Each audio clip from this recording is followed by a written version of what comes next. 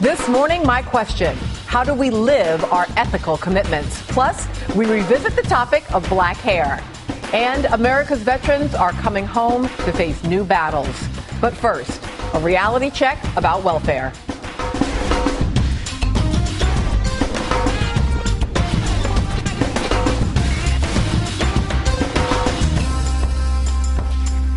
Good morning and happy Easter. I'm Melissa Harris Perry. Now, you've probably heard the news that our country is facing an existential threat to national security. You might be thinking that I'm talking about the saber rattling out of North Korea, but in fact, I'm referring to the so-called welfare queen. Yes, that welfare queen made infamous by Ronald Reagan, who focused our national attention on the waste, fraud, and abuse that our federal and state welfare agencies were engaged in, letting those Cadillac-driving single mothers of this country collect Medicaid, food stamps, and welfare under dozens of different names and Social Security cards. Heck, these ladies were racking in over $150,000 tax-free dollars a year from the government, or so we were told. That early meme helped Ronald Reagan capture the Republican presidential nomination and eventually the White House. And it remains with us today as part of our popular lore. And whether it be in the form of grumbling about takers or that pesky 47%. But while the IRS was hunting in the back alleys of the south side of Chicago and the South Bronx for these welfare fraudsters, they sanctified a multitude of institutionally incentivized national corporation takers. And the direct handouts are exponential. A recent New York Times investigation found that each year our states, counties, and cities are handing out more than $80 billion to companies in the form of incentives. Incentives like cash grants and loans, sales tax breaks, income tax credits and exemptions, free services, and property tax abatements. And those incentives are going to every corner of the corporate world and are pouring out of local budgets across the country. Just last year, South Carolina took on $218 million in debt to help the multinational aerospace and defense corporation Boeing expand its operations there, offering tax breaks to the lucrative company for 10 years. In return for incentives like that, states are promised jobs and tax revenue. But the results rarely match the value of the awards. In fact, most municipalities don't even track how many jobs were created. All too often, these free-flowing incentives benefit only those corporate recipients while pitting local officials against one another. Okay, take Kansas, where a $36 million award last year helped to woo AMC Entertainment across the border from Missouri. That switch only produced a longer commute for its workers and a $104 million cut in Kansas State's education budget. Some corporations don't even have to give a little to get a whole lot. In 2009, just a month after General Motors was bailed out with $50 billion in federal funds, the state of Michigan handed GM nearly an additional $1 billion in tax credits. The credits can be used to offset the company's state tax bills for up to 20 years.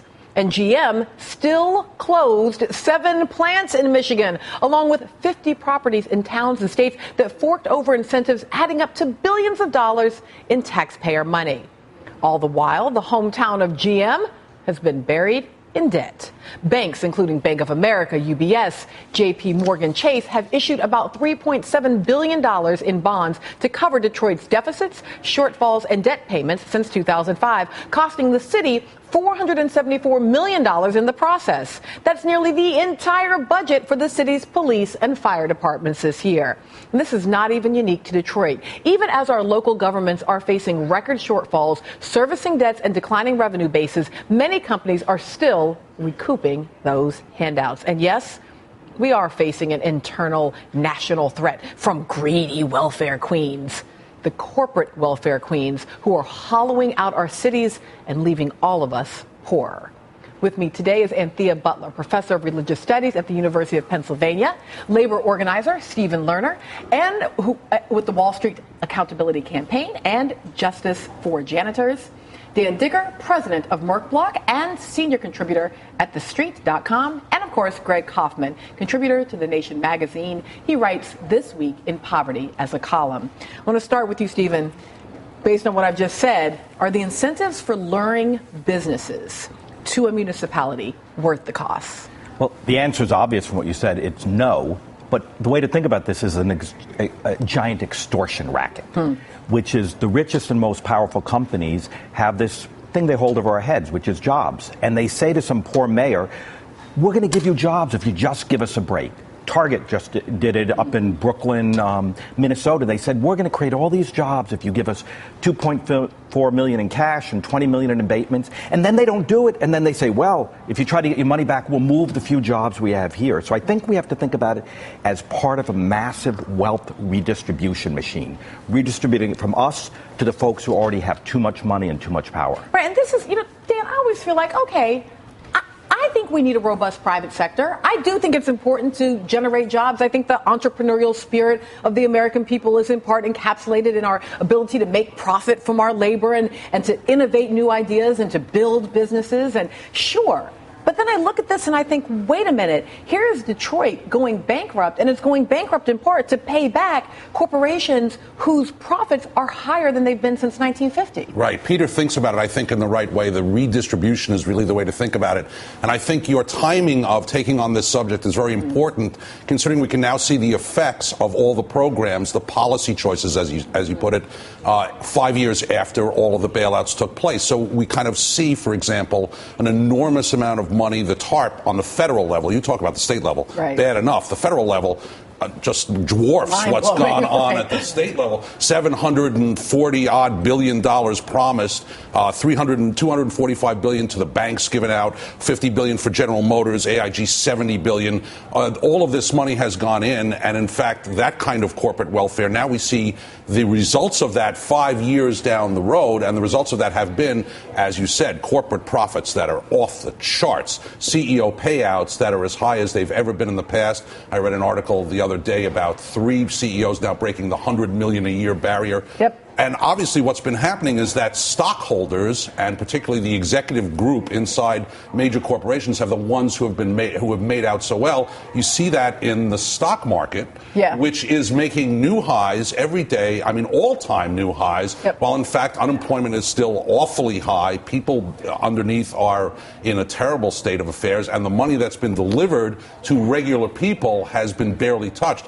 I was reading about, for example, the FHA Streamline program, which was designed, the president put it into his State of the Union in 2010, and what it was designed to do was help people refinance mortgages that were underwater. And in fact, it was a great idea, was trying to equalize to a little degree what went to the corporations and what went to actual people. And they did put aside $8 billion for that program, but in fact, only 50 million of it has been given out. All of a sudden, there's been an amazing amount of responsibility that's been applied to humans, whereas when it comes to corporations, there's absolutely no responsibility applied. Here's all the free money you need. Use it as you like. Pay us back when you like. This idea that corporations are people, too, like you just have to say. So I was just looking at the sort of how tax-free corporations are these days, Greg. And when you look at the percentage of the profit that is a tax burden. In 1969, for Procter & Gamble, just to take one, 40% was the percentage of their profits that was taxes, right? In 2010, 15%.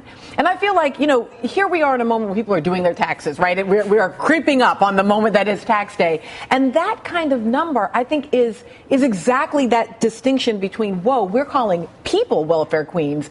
It's the corporations that are. You're absolutely right. And yet nobody's talking about drug testing them like that. Oh, man. Texas just... That would be great. It would be high-quality drugs, too, in their case. That's right. But look, let's think about this. We would like to think that for all these tax breaks, we'd be seeing some good jobs created. Yep, right. But however, as you know, 50% of jobs in this country pay less than $34,000 a year. 25% pay less than the poverty line for a family of four, less than $23,000 a year. And here's a number that I would really like us as progressives to focus on. As much as we do the 99%, there are 106 million Americans, more than 1 in 3, living below twice the poverty line, so below 36,000. Just say it one more time, since it's a number that you want us to think about. I really do. It's the 106 million.